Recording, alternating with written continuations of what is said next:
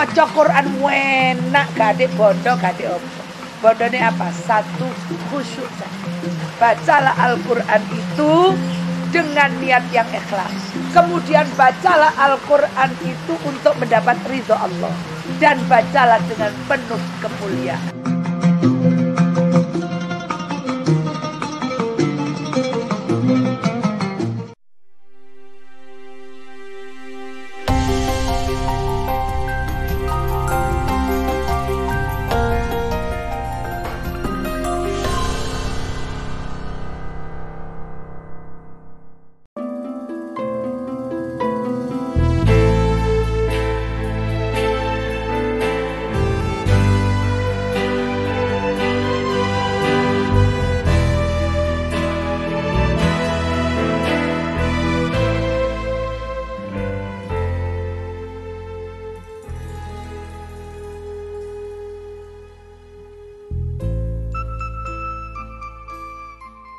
Assalamualaikum warahmatullahi wabarakatuh.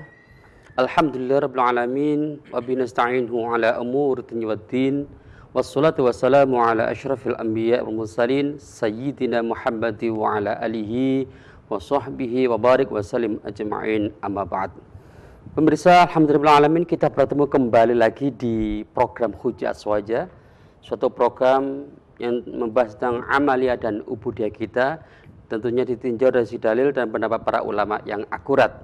Dan program Hujjah Aswaja ini terselenggara berkat kerjasama antara Aswaja Indonesia Center PWN Jawa Timur dan TV 9 Santun Menyejukkan, serta didukung langsung oleh Badan Amil Zakat Nasional Jawa Timur atau Baznas Jatim.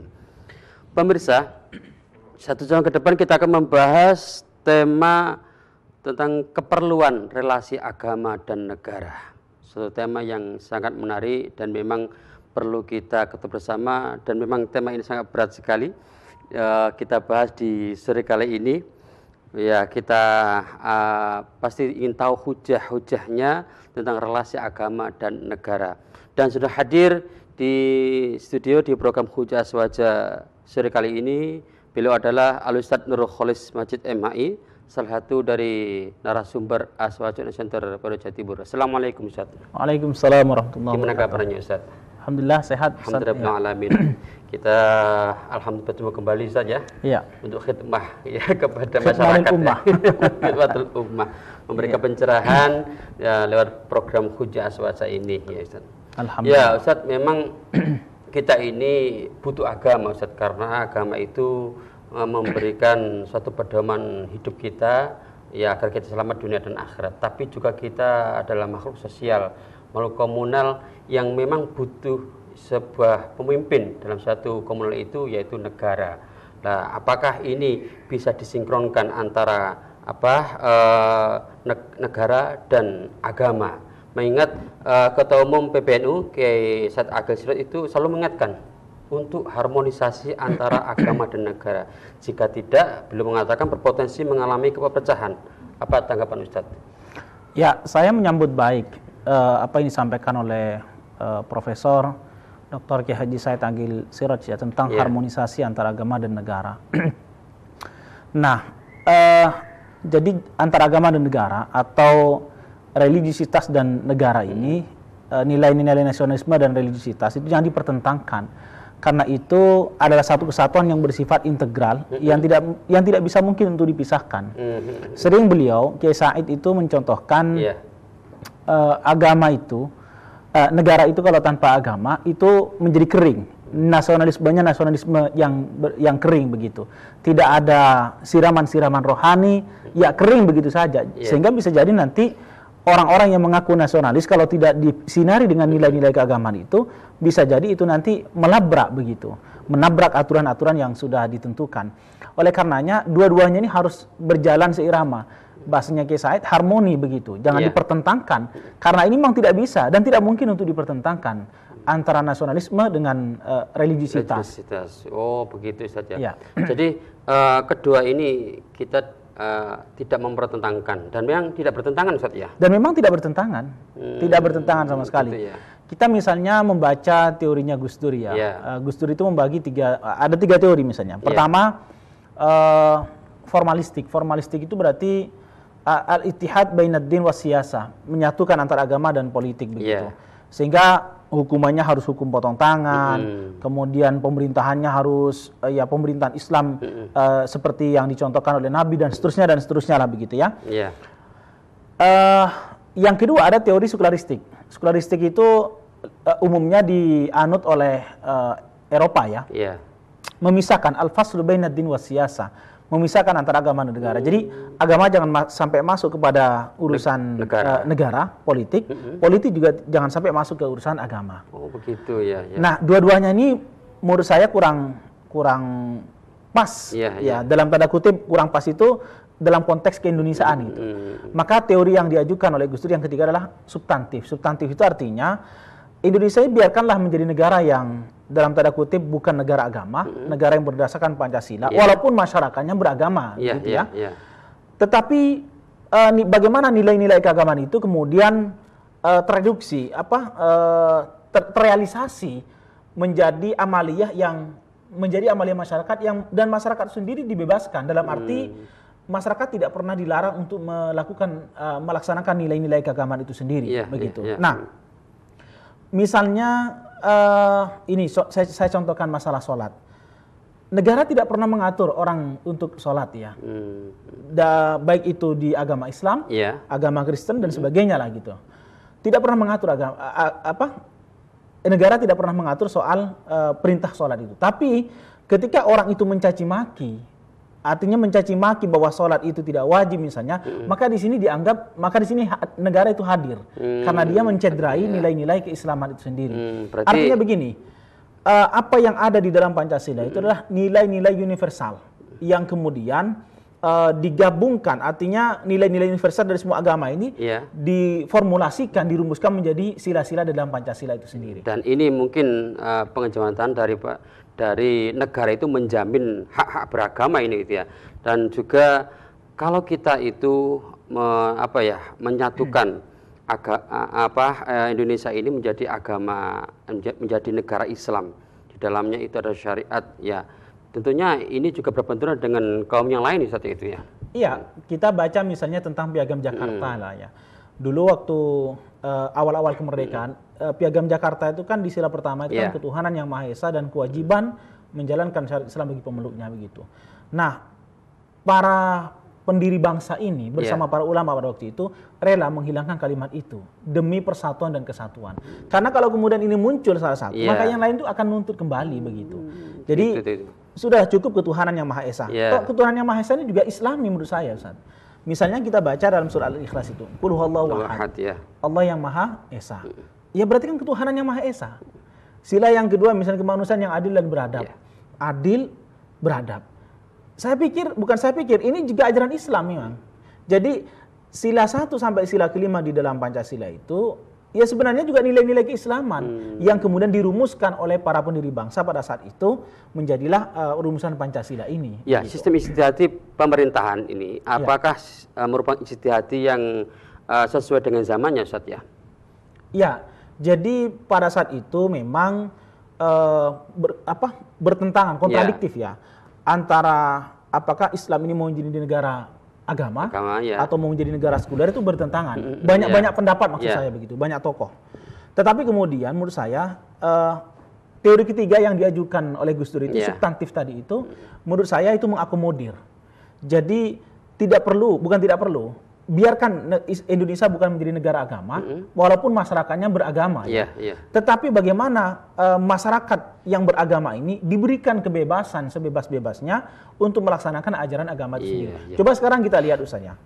Orang melaksanakan sholat masa dilarang oleh pemerintah? Enggak juga. Ya ceramah apapun tidak dilarang. Orang mau ceramah itu boleh-boleh saja. Bahkan ceramah keras pun tidak dilarang. Bahkan ceramahnya itu kadang-kadang provokatif. Mau bayar zakat enggak dilarang maksud saya. Mau menjalankan ibadah puasa juga enggak dilarang begitu. Jadi umat Islam ini dan umat-umat yang lain juga menjalankan ibadahnya sesuai dengan keyakinan itu diberikan kebebasan sebebas-bebasnya gitu. Ya sebenarnya Indonesia ini juga agak mirip dengan negara-negara yang lain Ustaz ya. Kalau kita lihat apakah ada negara lain selain Indonesia itu yang murid khilafah Ustaz ya? Apakah ada? Ya, Arab Saudi pun itu juga kerajaan. Yang menganut sistem khilafah. Khilafah langsung gitu. Sampai sekarang itu tidak pernah ada. Iya, tidak pernah ada satu negara yang menggunakan sistem khilafah. Iya. Sekarang bicara soal dalil nakli misalnya. Iya. Kalau bicara soal khilafah ini misalnya, ini baru-baru lagi rame ya viral di Pasuruan ini. Iya, iya. Saya membaca banyak referensi ya. Antara lain misalnya tulisannya Muhammad Imaroh, seorang ilmuwan dari Mesir, di dalam bukunya Al-Islam wa Falsafatuhu ya. Al-Islam wa Falsafatul Hukmi. Beliau mengatakan bahwa tidak ada sistem pemerintahan, satu contoh sistem pemerintahan yang ideal yang harus dianuti oleh satu negara, itu tidak ada, Ustaz. Makanya kemudian di ayat itu kan atiullaha wa atiur rasul wa ulil amri minkum gitu. Di sini menyebut ulil amri minkum. Sementara kalimat yang berbicara soal ayat yang berbicara tentang khalifah dan turunannya itu kata Muhammad Imaroh mengatakan bahwa itu tugas kenabian, bukan al-wazifah as-siyasiyah, bukan tugas kenegaraan itu, Ustaz. Bukan tugas politik juga. Bukan tugas politik ya. itu. Ya, kalau begitu kita akan menyinggung politik dulu saja. Dari zaman Khulafaur Rasyidin, kemudian khalifah-khalifah yang memang ada sebuah tragedi di dalamnya, itu mungkin perlu adanya sebuah renungan bagi kita, Ustaz. Ya, pemirsa, menarik sekali tentang adanya relasi agama dan negara, dan memang tidak bisa dipertentangkan dan tidak bertentangan, pemirsa. Dan kita akan melanjutkan pembicaraan ini setelah yang satu ini.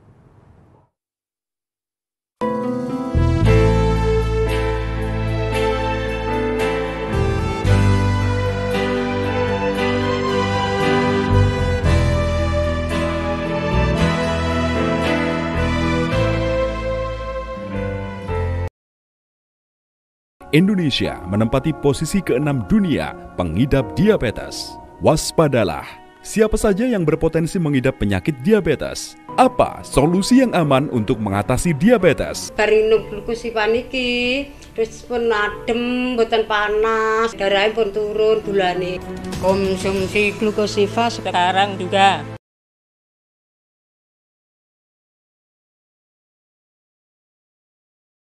Tunggu, kakak cobain dulu. Tenang, kakak tunjukin sesuatu. Ya, semua orang tahu dan suka dengan rasa bawang. Tik-tik. Tik-tik, snack bawang asli. Kuatkan imun lawan corona dengan Imun Plus. Imun Plus merupakan formula berisi probiotik, bakteri mikroflora, baik yang berfungsi untuk meningkatkan daya tahan tubuh dan melawan virus.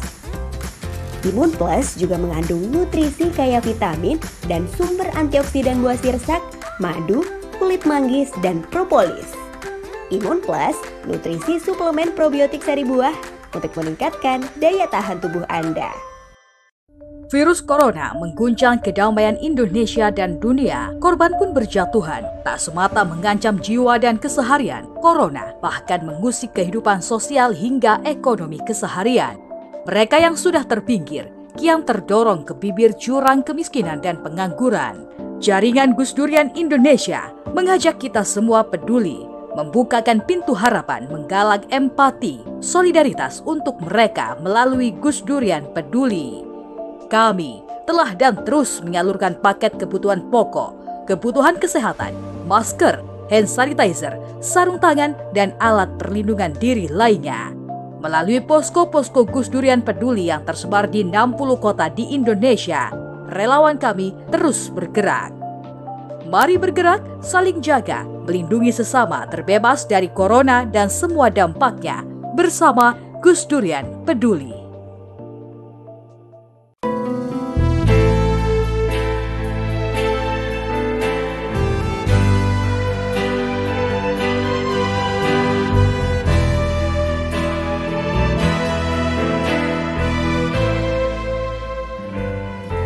Pemirsa, terima kasih masih bersama kami di program Hujjah Aswaja yang didukung langsung oleh Badan Amil Zakat Nasional Jawa Timur atau Baznas Jatim. Kita pada sore hari ini membahas tentang relasi agama dan negara oleh Al-Ustadz Nurul Khalis Majid MHI. Ya Ustadz, kita mungkin membahas tentang setelah Rasulullah SAW itu sistem kenegaraan itu bagaimana Ustadz? Ya, itu kan ada pemisahan kekuasaan, Ustaz. Jadi begini, kalau kelompok sebelah ini, saya katakan kelompok sebelah itu mengusung, kita harus kembali kepada sistem khilafah, misalnya seperti yang dicontohkan oleh Rasulullah begitu. Sekarang siapa yang bisa berposisi seperti Rasulullah yang memiliki multifungsi? Misalnya ini, Rasulullah itu kan juga memiliki fungsi legislatif, membuat undang-undang. Asyari, membuat syariat kan. Nah, tapi Rasulullah juga berfungsi sebagai eksekutif, pelaksana. Al-Amir, ya. Iya. Selain itu Rasulullah juga berfungsi sebagai memiliki fungsi yudikatif, pengawasan dan seterusnya. Nah, sekarang adakah manusia? Sekarang kan sudah tidak ada wahyu nih Ustaz ya. Karena Rasulullah sudah nggak ada, sudah wafat. Adakah manusia yang bisa meniru persis Rasulullah memiliki fungsi ini? Pembuat undang-undang, pembuat syariat, kemudian mengawasi sendiri dan melaksanakan sendiri. Jadi sekarang ini sudah meniscayakan adanya pemisahan kekuasaan itu sendiri. Jadi negara itu menurut saya dibentuk sesuai dengan kebutuhan zaman. Nah, makanya di zamannya Khalifah Umar misalnya. Sekali lagi saya nyebut khalifah ini adalah sebagai sebuah sebutan untuk pemimpin ya. Bukan sebagai sebuah sistem pemerintahan yang bersifat baku, bukan. Umar bin Khattab misalnya itu baru kemudian membagi-bagi, Ustaz. Ada sistem gubernur dan seterusnya begitu. Terus begitu seterusnya sampai kemudian dinasti Umayyah, dinasti Abbasiyah dan seterusnya. Ini berubah-berubah. Ini mengindikasikan bahwa tidak pernah ada satu contoh pun sistem pemerintahan yang bersifat baku dengan sistem khilafah misalnya, termasuk sistem khilafah. Itu yang harus dipatuhi oleh umat Islam, tidak ada itu. Iya, pasti di dalamnya itu pasti ada perbedaan juga, Ustaz. Pasti ada perbedaan. Karena siasa, politik, Ustaz. Karena politik. Dan bahkan di situ juga kalau kita melihat sejarah itu politik pada saat Bani Umayyah, Bani Abbasiyah juga pergolakannya sangat besar sekali Ustaz itu ya. Besar sekali. Saya contohkan misalnya di Saudi sendiri itu kan. Sistemnya kan al-mamlakah itu. Kerajaan. Jadi Raja Salman itu Malik, ya, bukan khalifah begitu. Itu menunjukkan bahwa dari masa ke masa itu ada perbedaan-perbedaan, Ustaz. Ada perubahan-perubahan begitu. Ini menunjukkan bahwa tidak ada sistem yang baku. Sistem pemerintahan yang bersifat baku dan wajib dipatuhi itu nggak ada. Ya, kalau umpamanya kita masakan khilafah, kemudian siapa yang di-bai'at? Nah iya, ini dalil aklinya ya. Dalil aklinya itu kalau misalnya kita mau umat Islam sedunia ini adalah bersaudara dengan menunjuk satu pemimpin misalnya, seorang khalifah. Siapa yang mau dibaiat sebagai khalifah misalnya? Negara-negara Timur Tengah sendiri itu loh, Ustaz. Itu sendiri-sendiri kok, misalnya Saudi Arabia, Qatar, memiliki pemimpin sendiri-sendiri kok. Tidak ada satu pemimpin yang ditunjuk oleh mereka, tidak ada. Ya, jadi ini menurut saya ya mimpi saja gitu ya. Kalau umat Islam di seluruh dunia mau disatukan dengan sistem khilafah ini ya bagi saya sesuatu yang sangat tidak mungkin begitu. Kalau persatuan antar negara sebagai jamiah saja gitu. Boleh, misalnya OKI. Ya, gitu. OKI sebagai organisasi loh ya. Bukan sebagai sebuah sistem pemerintahan. Jadi organisasi keislaman yang melibatkan semua negara-negara muslim itu boleh-boleh saja. Ada OKI dan tokoh-tokoh kita di NU juga banyak yang menjadi pengurus OKI lah. Ya, memang banyak sekali sebuah pemikiran Ustaz ya. Karena kita itu umat Islam tidak sendiri Ustaz ya. Dalam suatu komunal atau negara atau daerah itu tidak sendiri. Ada umat-umat yang lain Ustaz ya. Kita juga harus memikirkan umat yang lain itu juga. Ya, saya memastikan bahwa Indonesia ini sudah Islami. Indonesia ini sudah Islami sistem negaranya. Jadi Pancasila sebagai dasar negara itu sudah sangat tepat bagi saya. Dan itu sudah final. Mulai dari sila pertama sampai sila kelima, tidak ada satupun sila yang bertentangan dengan nilai-nilai keagamaan. Ada yang mengatakan begini Ustaz, biasanya seperti ini. Mungkin sebelum ada pertanyaan, saya juga mempertanyakan yang sering ditanyakan oleh mereka Ustaz ya. Ya, apa bisa nggak syariat Islam itu diterapkan secara sepenuhnya di Indonesia ini? Sangat bisa Ustaz. Sekarang ini kalau kita mengaca dari dulu lah, dari masa ke masa, ini sudah ada perubahan. Sudah ada perubahan. Bank juga. Banknya sekarang sudah bermunculan bank syariah. Jadi ekonominya sudah bahkan Pak Presiden juga menjadi Komite Nasional Keuangan Syariah. Komite Nasional Keuangan Syariah, KNKS ya. Kemudian dan ulama-ulama juga mendorong ke arah sana ya. Kemudian di hukum perdata misalnya, hukum perkawinannya sudah hukum perkawinan Islam. Hukum kewarisannya juga hukum kewarisan Islam. Hukum wakafnya juga hukum wakaf Islam. Dan masih banyak lah yang lainnya. Baitul mal. Iya. Artinya begini bahwa dibandingkan dengan di awal-awal kemerdekaan, kita ini sudah luar biasa capaiannya. Ya memang ada waktu. Ya tentu ada waktu. Gitu. Ya tentu ada waktu dan ada proses, Ustaz. Begitu, tidak bisa langsung seperti ini ya. Iya. Langsung tidak bisa. Karena apa? Karena kita juga ada perjuangan dan juga kita ini juga berpolitik juga, Ustaz ya. Iya, tentu butuh perjuangan ya, Ustaz ya. Butuh perjuangan. Menurut saya ya tadi itu.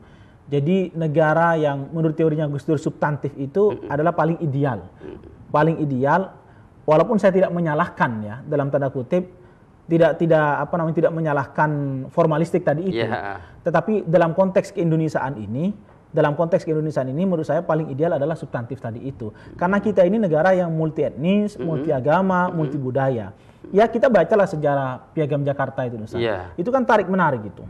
Jadi kenapa Islam disebutkan di sila pertama, kenapa agama yang lain tidak disebutkan? Itu kan terjadi perdebatan yang cukup panjang begitu. Dan menurut saya sangat ideal ketika Indonesia dengan sistem dengan teori substantif ini tidak perlu menjadi negara agama, bukan tidak perlu.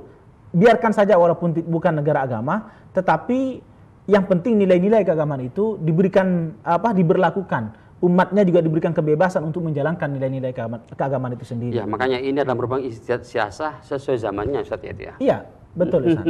Begitu ya.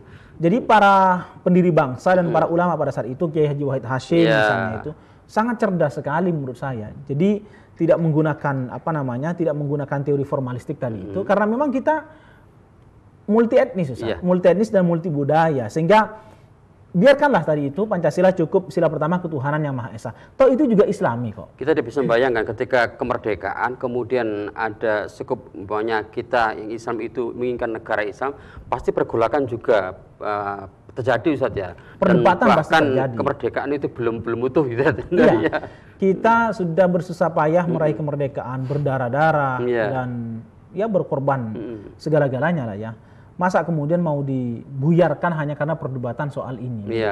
Makanya para pendiri bangsa itu dan para ulama pada saat itu, sila pertama Piagam Jakarta itu, yang sekarang di sila pertama itu kan kewajiban menjalankan syariat Islamnya itu kemudian dihapus, Ustaz. Cukup ketuhanan yang Maha Esa. Nah, ketuhanan yang Maha Esa ini Islami sekali. Ya, Qulullahu Ahad itu kan ketuhanan yang Maha Esa, Ustaz. Gitu ya. Berarti negara ini kalau umpamanya dalam ketika negara itu tidak dipertentangan dengan negara ini, berarti negara ini bukan tauhid, Ustaz ya. Pemimpinnya bukan tauhid, Ustaz ya. Tidak bisa. Apa itu tauhid, Ustaz?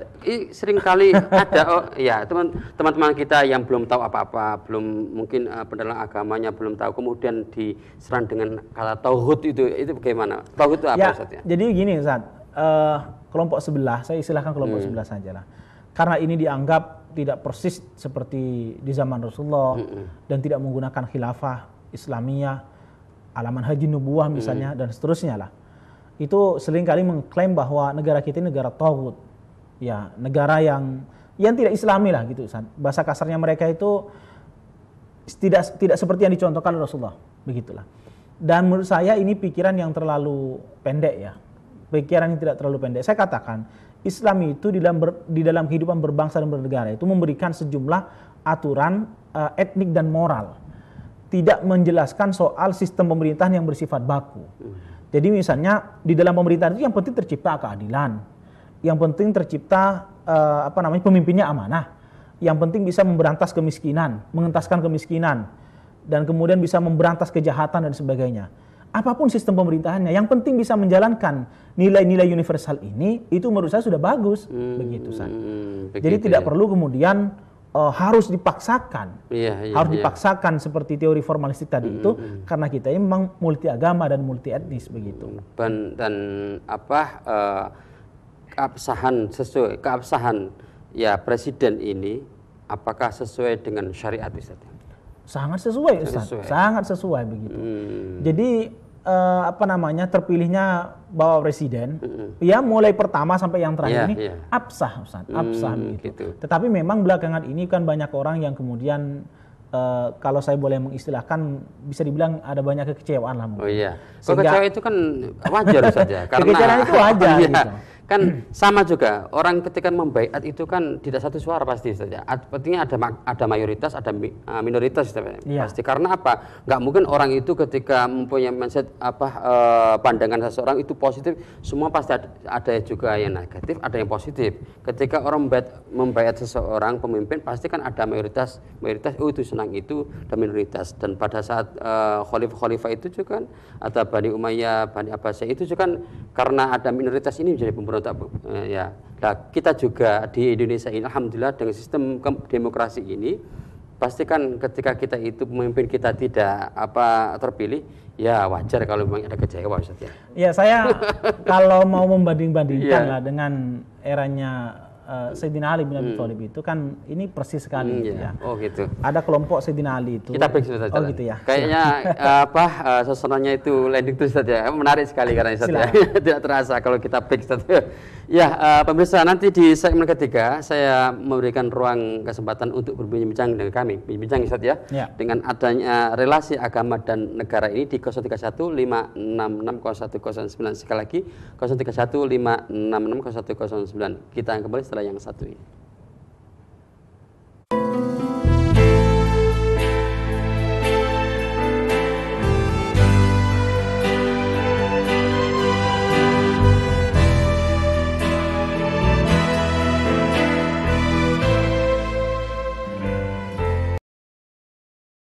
Kolesterol disebabkan oleh banyak faktor, di antaranya konsumsi makanan berlemak yang berlebih seperti seafood, gorengan, junk food, juga disebabkan karena kurangnya aktivitas fisik.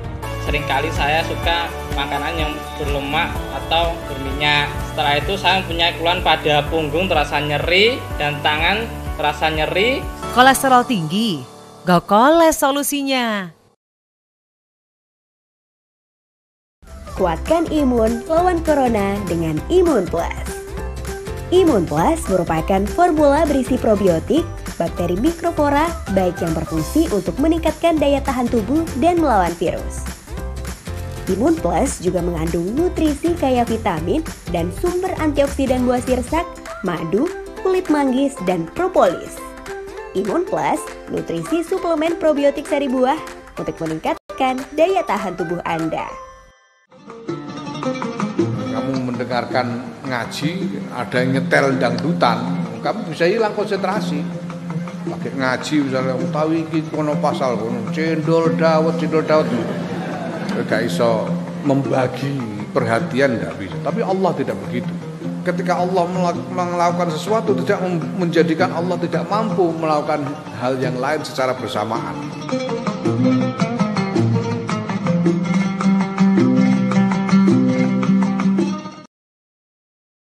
Kolesterol disebabkan oleh banyak faktor, di antaranya konsumsi makanan berlemak yang berlebih seperti seafood, gorengan, junk food, juga disebabkan karena kurangnya aktivitas fisik. Seringkali saya suka makanan yang berlemak atau berminyak. Setelah itu saya mempunyai keluhan pada punggung terasa nyeri dan tangan terasa nyeri. Kolesterol tinggi, Gokoles solusinya.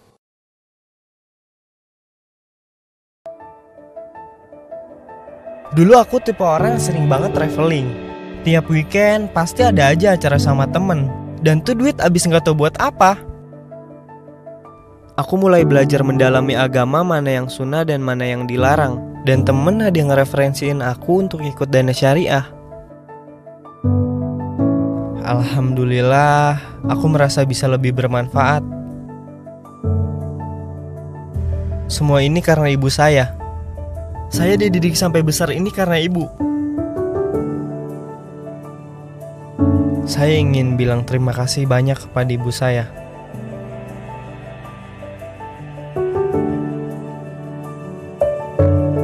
Karena ketulusan, akar dari sebuah perubahan besar. Change yourself, change your future. Ayo hijrah finansial.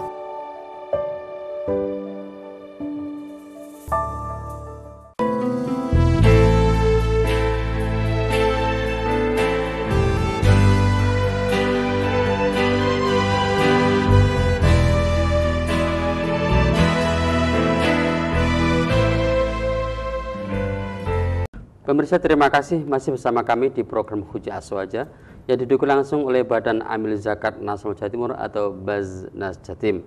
Di segmen ketiga ini saya membuka interaktif ya Pak, dari pemirsa di 031 566 0109. Sekali lagi 031 566 0109. Silakan pemirsa interaktif dengan kami, dengan mungkin berbincang dengan kami dan menanyakan tentang relasi agama dan negara bersama Al-Ustadz Nurul Khalis Majid MHI. Ya, Ustadz, ya, kita lanjutkan Ustadz ya tentang tahkim di saat Sayyidina Ali bin Abi Thalib itu Ustadz. Ya, kondisi saat ini kan bisa mirip kalau saya boleh membanding-bandingkan lah ya. Yang semuanya gambaran Ustadz ya. Ya, ini cuma gambaran saja. Sekarang sama Sayyidina Ali itu kan pernah melakukan proses tahkim, arbitrase lah ya, dengan lawan politiknya itu. Kemudian ada kelompok yang tidak setuju dengan itu dan menyatakan keluar, yang kita sebut dengan Khawarij. Tapi ada kelompok loyalis, kelompok yang tetap setia, yang kemudian dikenal dengan istilah Syiah. Ya. Tapi ada yang tidak bersikap, yaitu Murji'ah begitu. Nah, situasi politik di negara kita saat ini kan mirip-mirip begitulah. Banyak yang kemudian dikecewakan dan kemudian membuat koalisi dan sebagainya lah gitu ya. Walaupun itu secara undang-undang itu kan hak setiap warga negara. Tapi pada saat Sayyidina Ali itu bukan antara pemimpin dengan lawan politik, tetapi pemimpin dengan pemimpin saat ini. Iya, betul. Tetapi situasi tadi itu perpecahannya itu loh, ada kelompok yang kemudian tetap mendukung, ada kelompok yang kemudian keluar dan sebagainya begitu. Nah, saya tadi nyinggung soal istilah taghut tadi itu. Taghut. Masalah taghut itu kan wajtanibut taghut di dalam Quran surat An-Nahl ya. Itu sebuah istilah yang merujuk kepada sesuatu yang disembah selain Allah. Jadi kita ini dan orang yang rela dengan yang menyembahnya itu disebut dengan taghut. Jadi sesuatu yang dianggap tidak benar, tidak sesuai dengan ajaran Islam, lalu kemudian diistilahkan taghut begitu Ustaz. Nah, menurut saya tidak tepat juga kalau bangsa kita mau negara kita mau diistilahkan sebagai negara taghut, pemimpinnya pemimpin taghut dan sebagainya. Itu terlalu maksa dan terlalu kasar Ustaz.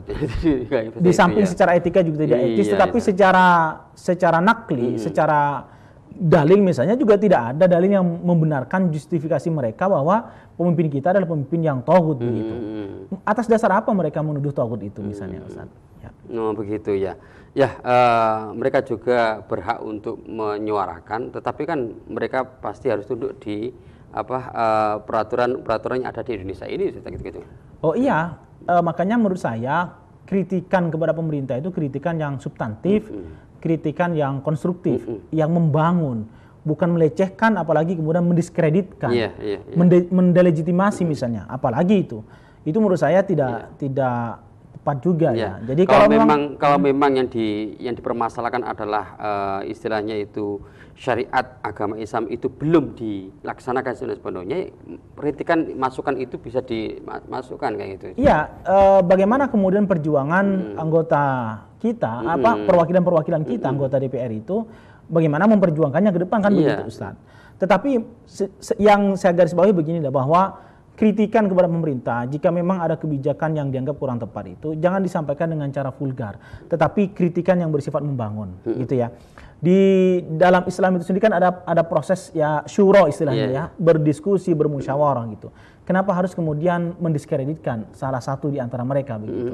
Itu kan secara etika juga nggak etis. Lalu secara hukum menurut saya walaupun hak berserikat berkumpul itu dibenarkan secara undang-undang, tetapi ketika melakukan provokasi, menyuarakan dengan kalimat, dengan ujaran-ujaran kebencian itu juga sesuatu yang kurang tepat juga. Padahal kita itu hidup di negara yang sah ya, demokratis, yang memang ada pemimpin di dalamnya dan kita anggap itu sah sebagai sesuai dengan tuntunan agama gitu. Itu kewajiban kita mengikuti pemerintah sebagaimana seperti apa Ustaz ya? Atiullaha wa atiur rasul wa ulil amri minkum itu jelas Ustaz. Tetapi tentu kemudian tanpa menafikan ada proses koreksi terhadap pemerintah gitu ya. Jadi jika dianggap tadi itu kalau memang ada kebijakan yang kurang tepat, ya monggo masukan itu disampaikan secara baik-baik, ya tentu harus berorientasi yang perbaikan, bukan berorientasi pada keburukan begitu. Dan apakah ada kewajiban untuk mematuhi perundang-undangan, peraturan gitu? Ya harus dong, haruslah Ustaz. Kita wajib patuh terhadap undang-undang dasar, kita wajib terhadap undang-undang yang berlaku di Indonesia, wajib itu Ustaz. Ya, makanya kemudian saya sampaikan kalau ada kekurangan, ya tadi itu disampaikan secara baik-baik. Begitu. Ya, pemirsa, kami akan kembali pemirsa. Jika pemirsa ingin bergabung dengan kami, silakan pemirsa menghubungi telepon kami di 031 5660109. Sekali lagi 031 5660109. Ya, Ustadz, bagaimana jika negara yang sudah kita anggap sebuah bentuk negara yang memang cocok dengan kita, yang berbagai agama dan berbagai suku ini dan sudah bersatu, kemudian ada sekelompok orang itu mengkader suatu kader yang tidak mencintai NKRI atau memusuhi NKRI, bagaimana Ustaz? Ya menurut saya perlu ada proses hukum Ustaz. Jadi negara harus hadir dalam hal ini. Semua pihak yang terlibat dan menyebarkan ideologi yang transnasionalis, itu menurut saya pemerintah harus hadir dalam ini aparat hukumnya gitu ya. Iya, karena itu sudah politik Ustaz ya. Ya terlepas ini urusan politik atau tidak, tetapi kan ini juga bertentangan dengan undang-undang dasar kita begitu. Jadi misalnya ada 1-2 orang yang berusaha memperjuangkan tentang ideologi khilafah misalnya. Nah, khilafah dalam tanda kutip yang transnasionalis mengganti NKRI menjadi sistem negara ini begitu, itu menurut saya negara harus hadir, aparat hukum harus menyelidiki lebih lanjut sejauh mana doktrin-doktrin mereka, karena saya sedih sekali ketika misalnya salah satu santri mereka misalnya ada yang menjelek-jelekan Habib Lutfi misalnya, yang kealimannya kita akui dan kita tokohkan. Terus juga menjelek-jelekan NU secara struktural, secara organisatoris misalnya. Itu kan sangat sedih sekali begitu ya. Tetapi saya berharap bahwa kasus-kasus begini ini harus ditangani secara serius oleh pemerintah. Dan negara memang harus tegas. Negara harus hadir dong. Jangan sampai ini malah dililit. Ya, jangan sampai kemudian terjadi konflik horizontal. Jadi kalau kemudian ini ada pembiaran, bisa jadi konflik horizontal ini akan tumbuh kembali begitu. Jadi secepatnya negara harus hadir. Dan ini pandangan NU tentang adanya sebuah negara NKRI dan juga usaha-usaha untuk merorong NKRI bagaimana Ustaz ya? NKRI sudah final, Pancasila juga sudah final, dan Undang-Undang Dasar 1945 juga sudah final. Jadi kita ini dengan sistem pemerintahan yang ada, dengan bentuk negara Kesatuan Republik Indonesia ini, kita ini sudah final Ustaz. Jadi tidak boleh lagi ada orang yang merongrong dan apalagi mengganti. Iya, apalagi kemarin tentang isu HIP itu. Ya. Itu kan itu juga NU sangat-sangat menolak Ustaz ya. Iya, tetapi kan santun. Iya, tetapi tidak sampai menggerakkan sebuah massa dan ujung-ujungnya itu bukan DPR Ustaz, tapi pemimpin yang disalahkan, bukan. Padahal undang-undang itu seperti yang disampaikan oleh Pak Menko Polhukam itu kan berawal dari DPR kan. Gitu. Nah, oleh karenanya ya tadi itu kritikan yang konstruktif membangun dan disampaikan dengan penuh kesantunan, mengedepankan nilai-nilai etika seperti yang dicontohkan oleh pemimpin kita lah gitu ya. Begitu tidak setuju dengan HIP, ya disampaikan secara baik-baik, ya selesai kan gitu. Jadi tanpa harus rame begitu. Ketika PBNU memberikan sebuah pernyataan, kemudian didatangi oleh ketua MPR dan diskusi di situ. Didiskusikan dan selesai.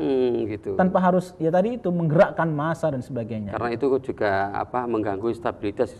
Iya, mengganggu stabilitas nasional, dan itu juga berdampak secara ekonomi nanti. Jadi kalau kemudian negara kita dianggap tidak aman di dalam berinvestasi, ya tentu para investor kan akan lari Ustaz. Dan situ juga bisa dibelokkan Ustaz ya, dibelokkan. Tadinya itu menggugat HIP, tetapi yang diturunkan adalah Presiden. Tidak tepat itu. Itu berarti harus membelokkan provokator. Tadi itu ini kan mengambil kesempatan dan kesempitan. Jadi menurut saya ini sudah selesai kok Ustaz. HIP sudah jelas, sudah tuntas. Artinya sudah jelas sikap pemerintah ya. Tetapi ketika ini dikaitkan dengan bagaimana kemudian meminta presiden untuk mundur dan menuntut MPR segera mengadakan sidang istimewa untuk menjatuhkan presiden. Ini menurut saya salah alamat gitu. Kalau hanya penyebabnya HIP kan. Iya. Ya Allah ya. Ya, Ustaz, ini kalau kita membahas tentang khilafah ya Ustaz ya. Ada yang mengatakan khilafah itu ada di ajaran kita. Bagaimana menurut Ustaz ini? Ya, khilafah atau khalifah sebagai sebuah sebutan bagi pemimpin, iya. Khalifah Abu Bakar, Umar, Utsman, Ali dan seterusnya lah ya. Tapi sebagai sebuah sistem pemerintahan, itu tidak ada, Ustaz, tidak ada. Makanya tadi saya di awal menanyakan, katakanlah khilafah ala manhajin nubuwah misalnya begitu. Itu kemudian mau persis seperti Rasulullah begitu. Ya, pertanyaan sederhananya tadi itu, siapa sih yang mau berfungsi seperti Rasulullah sekarang itu? Fungsi legislatif juga dipegang oleh beliau, fungsi yudikatif juga, fungsi eksekutifnya juga. Siapa? Rasulullah kan asyari, pembuat syariat, pembuat undang-undang. Sekarang siapa orang yang menciptakan undang-undang? Itu. Tidak ada. Membuat syariat sendiri tidak ada sekarang, wahyu sudah nggak ada. Gitu kan. Oleh karenanya, menurut saya khilafah seperti yang diusung oleh kelompok sebelah itu, ya tentu tidak ideal dan menurut saya tidak mungkin untuk terlaksana begitu. Ya, kalau kita meneliti bagaimana pandangan NU sendiri saja, NU sendiri terhadap kelompok yang merubah negara ini, apakah juga kita mengenal tentang PKI, apakah juga tegas juga Ustaz ini? Oh iya, jadi NU itu secara struktural sudah menyatakan bahwa NU bukan hanya akan menjadi garda terdepan di dalam mempertahankan negara kesatuan Republik Indonesia gitu. Ini luar biasa dulu kita perjuangannya kan. Yeah. Jadi siapapun yang akan mengancam terhadap NKRI ini, ya NU akan berada di garda terdepan. Berarti tidak saja kalau kita membahas, itu kok bermusuhan dengan HTI, bukan saja HTI aja. Bukan cuma itu, kelompok yang lain yang ingin mengganti Pancasila, ingin mengganti sistem negara kesatuan Republik Indonesia, itu NU akan berada di garda terdepan. Gitu, ya, jelas ya. Ya, Pak Pemirsa, nanti di segmen keempat saya membuka kembali interaktif dengan kami di 031 566 0109, sekali lagi 031 566 0109. Kita kembali setelah yang satu ini.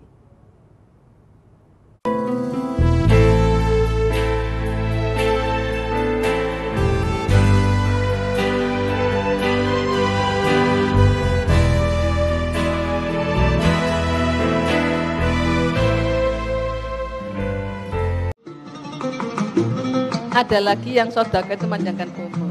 Bukan umurnya panjang, tapi diberi kebaikan seperti orang yang umurnya panjang. Jadi sedekah terus supaya barokah. Apa barokah?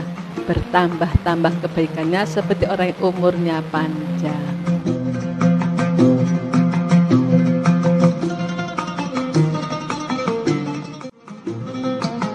Maca Quran enak, gade bondo, gade opo. Bondone apa? Satu, khusyuk saja. Bacalah Al-Quran itu dengan niat yang ikhlas. Kemudian bacalah Al-Quran itu untuk mendapat ridho Allah. Dan bacalah dengan penuh kemuliaan.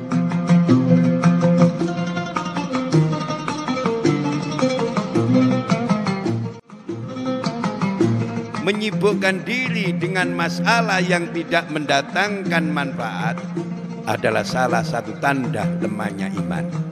Menghindari sesuatu yang tidak bermanfaat merupakan jalan keselamatan.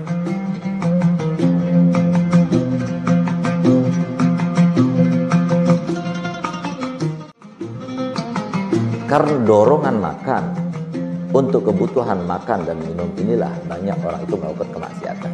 Karena dia ingin makan yang berbeda, makanan yang lebih enak, makanan yang lebih banyak, maka kemudian akhirnya dia itu mengorbankan segala hal, termasuk agamanya, termasuk ketakwaannya.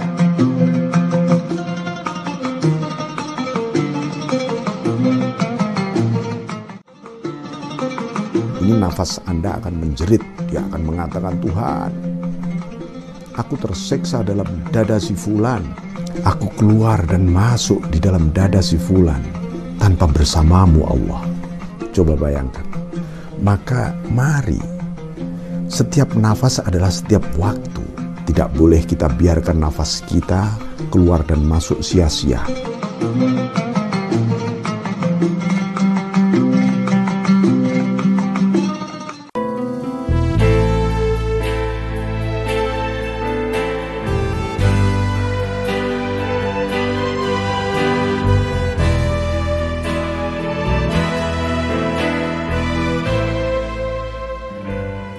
Pemirsa, terima kasih masih bersama kami di program Hujjah Aswaja yang didukung langsung oleh Badan Amil Zakat Nasional Jawa Timur atau Baznas Jatim. Ustaz, kita kembali membahas sebelum kita break tadi, Ustaz ya. Kita perjelas bahwasanya kepada publik masyarakat juga, Ustaz ya, atau orang yang beranggapan mungkin tanda kutip salah, Ustaz ya, bahwasanya mengapa kok NU dan GP Ansor juga barang-barang itu ketika dengan PKI kok lembek, kalau dengan HTI kok kasar. Bagaimana, Ustaz? Apakah memang tegas semua, tegas PKI sama HTI tegas kita, Ustaz? NU itu jelas sikapnya ya, moderat, artinya tidak membela kelompok ekstrem kanan dan ekstrem kiri begitu. Jadi kalau ada orang, sebagian loh ya, yang membangun image bahwa NU itu tegas terhadap kelompok yang pengusung khilafah, tapi lembek terhadap pengusung ideologi komunis, itu tidak benar. Saya sampaikan tidak benar sama sekali. Jadi kita ini moderat saja, baik itu kelompok ekstrem kanan, pengusung ideologi khilafah, kita tegas. Dan kepada kelompok ideologi ekstrem kiri, kelompok yang pengusung ideologi komunis, kita juga tegas begitu. Kalau kemudian dipersepsikan, kenapa selama ini kok tidak pernah ada penghadangan terhadap kelompok komunis misalnya gitu? Karena pergerakan mereka juga tidak sevulgar, tidak sevulgar begitu, sehingga penghadangannya pun juga dalam tanda kutip tidak sebegitu kasar gitu kan. Nah, oleh karenanya NU itu menurut saya harus berada pada posisi on the track, sesuai dengan cita-cita para pendiri bangsa kita, Mbah Hashim Asy'ari, Mbah Wahab Hasbullah begitu. NKRI ini tetap harus dirawat, NKRI ini tetap harus terjaga, jangan sampai kemudian dirongrong oleh kelompok-kelompok yang lain. Kita mengingatkan juga, Ustadz ya, pergerakan kalau ekstrem kiri sekarang tidak masif, dulu masif, dan santri terdepan, Ustadz ya. Santri terdepan dengan PKI itu ya. Begitu banyak para kiai yang menjadi korban, itu juga banyak para santri yang turun ke lapangan, Ustadz, dalam tanda kutip berjuang, berjuang mati-matian. Makanya begitu HIP itu terindikasi loh ya, mengandung unsur komunis, sikap NU jelas. Ya, kita berdiskusi dengan ketua MPR dan selesai sudah, tanpa harus ribut kembali begitu. Oh, begitu, Ustaz. Ya, Ustaz, tidak terasa, Ustaz, kita sudah di penghujung acara. Sedikit sekali kesimpulan saat ini. Baik, para pemirsa yang dirahmati oleh Allah Subhanahu wa taala, saya berharap para pemirsa ini memiliki wawasan kebangsaan yang kuat, yang dan kita juga dukung kepada pemerintah yang berusaha bagaimana kemudian mengembangkan ideologi Pancasila ini. Umat Islam, kader-kader bangsa juga harus paham tentang ideologi Pancasila, bukan hanya sekedar paham, tapi juga bagaimana kemudian ada proses internalisasi nilai-nilai di dalam dirinya dan diaplikasikan dalam tatanan kehidupan sosial masyarakat, sehingga ke depan generasi bangsa kita menjadi orang yang tidak hanya sekedar religius tapi juga nasionalis, religius sekaligus nasionalis begitu. Ya. Saya kira itu, Ustaz. Ya. Pemirsa, terima kasih atas kebersamaan pemirsa di program Hujjah Aswaja ini, dan saya bersama semua kru kerabat kerja Hujjah Aswaja mau diri wassalamualaikum warahmatullahi wabarakatuh. Terima kasih.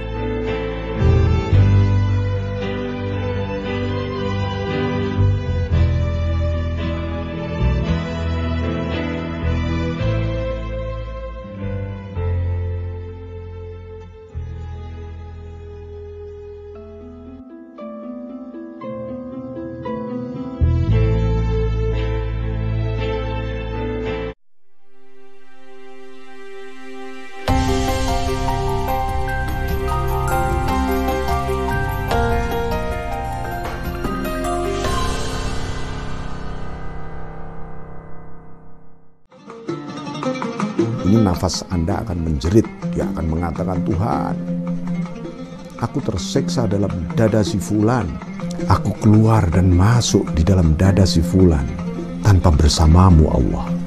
Coba bayangkan. Maka mari, setiap nafas adalah setiap waktu. Tidak boleh kita biarkan nafas kita keluar dan masuk sia-sia.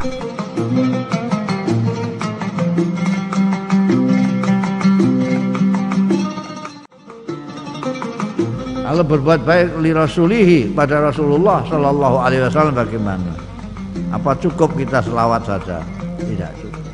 Dicontoh perilakunya semua. semampu kita. Misalnya kita jadi pedagang, bisa niru Kanjeng Nabi kejujurannya.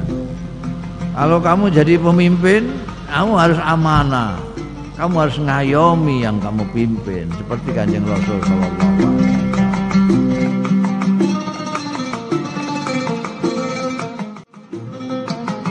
Karena dorongan makan untuk kebutuhan makan dan minum inilah banyak orang itu melakukan kemaksiatan. Karena dia ingin makan yang berbeda, makanan yang lebih enak, makanan yang lebih banyak. Maka kemudian akhirnya dia itu mengorbankan segala hal, termasuk agamanya, termasuk ketakwaannya.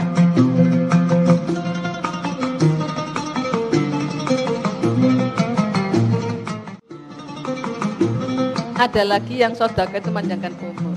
Bukan umurnya panjang, tapi diberi kebaikan seperti orang yang umurnya panjang. Jadi sedekah terus supaya barokah. Apa barokah? Bertambah-tambah kebaikannya seperti orang yang umurnya panjang.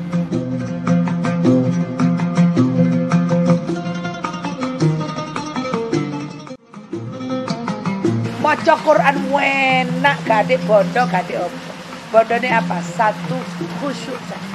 Bacalah Al-Quran itu dengan niat yang ikhlas. Kemudian bacalah Al-Quran itu untuk mendapat ridho Allah. Dan bacalah dengan penuh kemuliaan.